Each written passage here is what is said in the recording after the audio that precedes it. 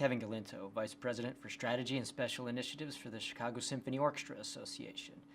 I've been in this job for about a year. It basically means that I manage long-term initiatives for the CSO.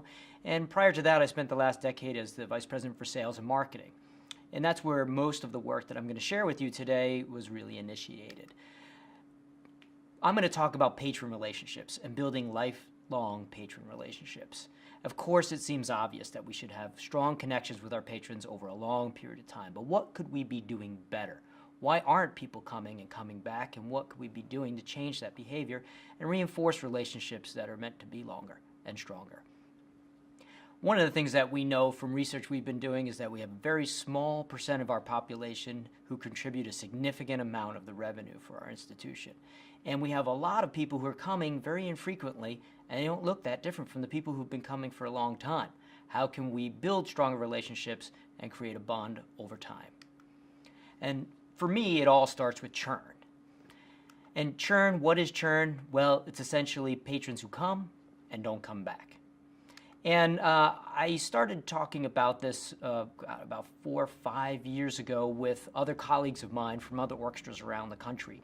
And we were all looking at similar questions and similar problems, and we were trying different ways to try and have better retention rates for all of our patrons.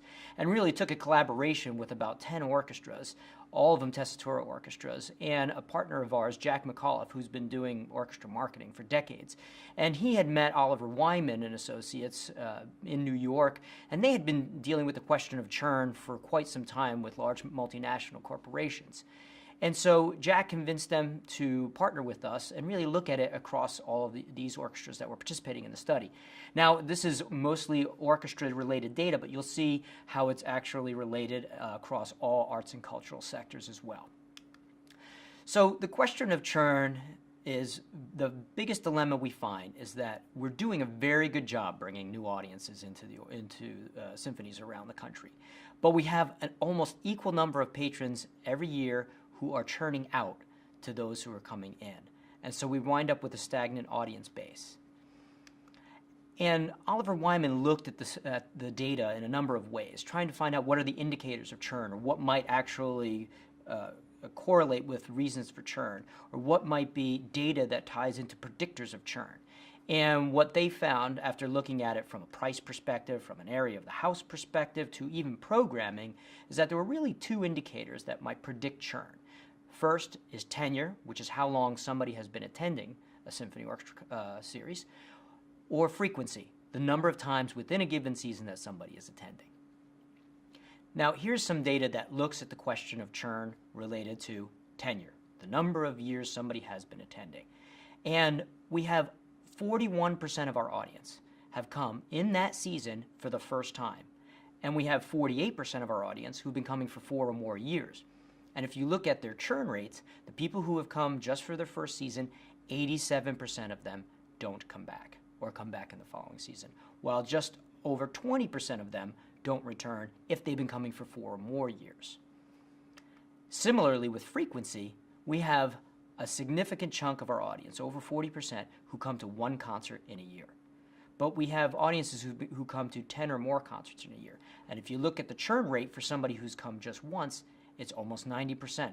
But if you could get them to come 1 more time, it drops to just over 60%. If you could get them to come to 5 times in a year, then their churn rate is around a natural churn rate of about 10 to 12%. So you see how that audience's behavior is predictive toward whether or not they will come or come back, and how can we encourage people to be experiencing symphony orchestra concerts more so that we can build these relationships. This is a scenario that Oliver Wyman found in exploring all of our data, but then also research that was tied to that data and looking at the behaviors of our patrons and how we were approaching first-time audience members versus how we were approaching long-time audience members. So here's a scenario. I hadn't been in the orchestra since I was a kid, so I bought 2 tickets for a Mozart concert. That day didn't work out. It got completely hectic, so I called to see if I could get a refund or an exchange. I was told the only thing you can do is donate your tickets. I was out of luck. I decided to give it another shot 3 months later. A Tchaikovsky program was being performed. It's my favorite composer, so I bought the tickets.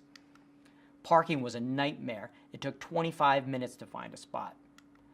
But by then it was too late and I couldn't get anything to eat. So I went to the performance. I was starving at intermission, but there was nothing to eat and drinks were $12 each.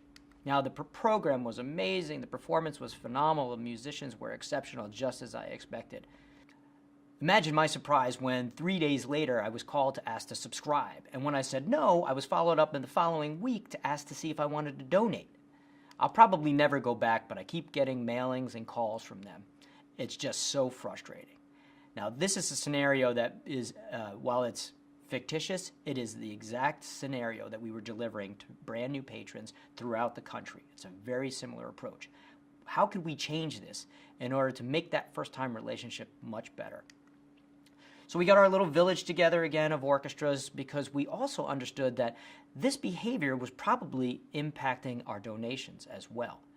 And we engaged with Prescott and Associates, and Kate Prescott and her team really looked at not just attendance and churn with regard to being in concerts, but how does that relate to giving behavior and donations over time. We had a feeling that there was a connection, but we wanted to see what that connection exactly would be. And we had been partnering with our development colleagues who are doing the fundraising to find out how can we partner together to have strong relationships, but I don't know that we were actually focusing exactly on an overarching holistic approach. So here's some data that's extracted from a very long study. You see in a three-dimensional view here how frequency and tenure impacts giving rates. So you see on the x-axis in two directions, one that looks at the amount of tenure that somebody has been coming, so the number of years they've been attending, and then the frequency of number of performances within a given season, and then you see the giving rates on this chart. And what you notice is that even if somebody has been coming for many, many years, but they're only coming one time every year or 2 years, their giving rates are very low.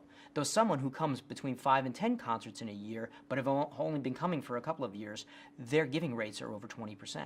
So that frequency actually does trump tenure. So how can we encourage people to get much more involved? And one of the most fascinating parts of the study that Kate had done is around brand relationships. How do the people perceive their connection to us as organizations and to the brands that we represent? So she did a study that looked at how individuals relate as an analogy in interpersonal relationships as a way to describe the way that they feel toward orchestras. Here are some example quotes to give you a sense of how these things were being measured. I was in awe of the high level and excellence. I attend whenever I can. It's like a teacher-student relationship. It helps me learn more about the music and a lifelong involvement with it. It's a friend that I enjoy seeing a few times a year. I look to hook up occasionally, but I don't really want a steady relationship. And my favorite? Reminiscent of my first wife, beautiful but haughty, does as she pleases with no regard for my opinion and freely spends my money without asking. Now let's look at that. As she plotted the data to understand how people relate to us, we look at how close do they feel to us as an organization. Is it distant or is it a close interpersonal relationship? And how strong do they feel their bond is to the brand of the orchestra? And clearly, we have patrons all over the gamut. But if we explore them, in the upper right quadrant, we have about 25% of our audience who just love us. It's like a marital relationship for them. They're very connected to us. They have a strong bond and feel very connected. Then if you look in the upper left quadrant, it's more of a one-way relationship, like a fan-admirer or student-teacher relationship. And there you have about 17% of your audience. In the middle, you have a large chunk of audience, 41%. And there it kind of goes in all directions. It can be a cousin or an uncle or an aunt, so not as close, but still have a good bond. And then you have more business exchange interactions, where it really is transactional without that stronger relationship. And in the lower left quadrant, you see the one-way relationship that's damaged, essentially. It's love-hate, or it is essentially an unequal one-way exchange where they don't feel that we care about them. What's really fascinating is that there is no real difference in who these folks are, in their education, in their income, in their understanding of music. They've just been coming less frequently, and that was the key to understanding. So all this leads you to say, what are you going to do about it? which is what kicked off all of our patron retention efforts. And in many ways for us, it started with surprise and delight. And surprise and delight for us is there are patrons coming through our hall all the time. 2,000 a night, 120 times a year. And we know that we can look at their behavior based on the research that we found, track those people who are in those at-risk groups, flag their accounts. When they come in the hall, we use NSCAN, which is a scanning technology associated with Tessitura that sends a message to someone holding a handheld device that says, this patron has entered the hall. And they know to go greet them at their seats and thank them. Thank them for being a supporter of the Chicago Symphony Orchestra. Thank them with a couple of free drinks on us, free parking for the night, a CD of music recorded by the Chicago Symphony Orchestra, just little thank yous. And I will tell you, we call it surprise and delight, and the patrons are literally surprised and delighted. And what is really fantastic is that we're able to interact with people and talk to them about their experience. I did it myself. And I met a woman who had been coming to our jazz series for a number of years and decided to try a CSO series. And she was up in the gallery, and it can be a bit problematic if you don't like heights. And she didn't like the view, and she was a little nervous up there. And normally for the jazz series, she was sitting on the main floor. So when I left that conversation, I called our patron services department, and by the time she had gotten home, she had a call with an offer to move her down to the main floor at no added cost. And she did that and renewed the next season at the full price. And I would never have known it had I not had that kind of interaction. What other things are we doing? So I talked about drink vouchers, I talked about free parking, I talked about the CDs, but what else could we do? We do benefit of the month sampling, and we look at expanding other efforts like our Subscriber Appreciation Day and expansion of outreach through personal notes, because you can't get to everybody in the hall. Some people are in the middle of a very long row. How do you reach them? And what are the results of those efforts? Well, we track everything in Tessitura. We use customer service incidents, or CSIs. So we know everyone that we've touched in this way, how their behaviors, we're able to measure them after the fact. And just to give you a sense of the success we've had, the normal retention rate for first-year subscribers overall is about 40%. But the people that we haven't been able to reach in this program, they renewed for the 2013 season around 50%. But the people we were able to reach through surprise and delight renewed at over 73%, 20 points better. And other initiatives such as targeted welcome emails or expanded subscriber appreciation days all have made an impact of up to 10% increased retention rates. So there's real results at the bottom of this, what seems to be a pretty simple approach and a pretty direct approach. So where do we go from here? Clearly we haven't been able to reach everyone, and it can be quite a task to try and put people in to interact with every individual that is in your hall. But we're trying to work toward that. And what we have done, I have to say, I give a lot of credit to our entire staff, from marketing and patron services to our development team to our IT team, are all working together because they understand that this has results and that the patron relationship is utmost importance. So we've actually assigned some key patron service staff that oversee this effort. They work with the development department and marketing departments to find those patrons who are in those at-risk groups. They flag them, and they assign teams to go work with them and connect with them. We're looking to expand that through, I said, more personal notes, or leaving notes on chairs, or finding other ways to reach out to people who maybe are in different points of the relationship who wouldn't be as much at risk. But how do you take a donor who's been giving at a certain level, but maybe where they could be participating more, but they don't feel that strong relationship? How do we give them an upgrade to a box seat that's that night happens to be free? Those things really do pay off in the end.